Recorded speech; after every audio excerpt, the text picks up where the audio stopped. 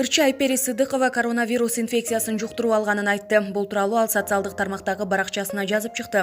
Бул орууну жугузбаш үчүн жайлоого эле кетип калыш керек болчу тура. Канчалык аракет кылбайын баары бир жукту. Жөн эле шамалдап калдым деп ойлогом.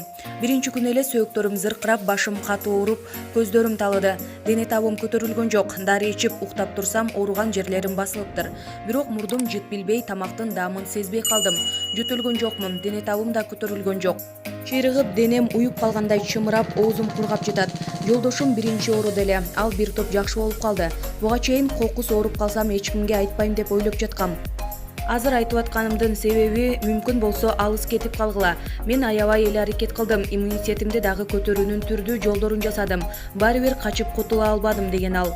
Буга чейин Дайыр Исмадияров коронавирус инфекциясын жуктуруп алганын, илдет жеңил формада өткөнүн айткан.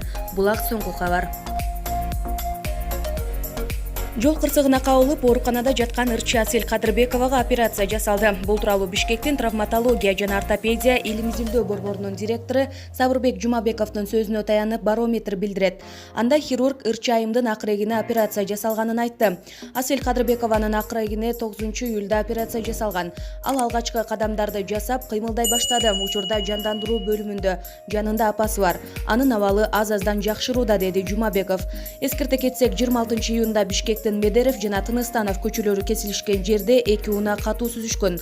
Андагы унаалардын бирин Ырчы Асель Кадырбекова башкарып келе жаткан. Кырсык болгон жерге тез жардам кызматы чакырылып, Ырчы айым оор абалда травматология жана ортопедия илим изилдөө борборуна жеткирилген. Булак Барометр KG.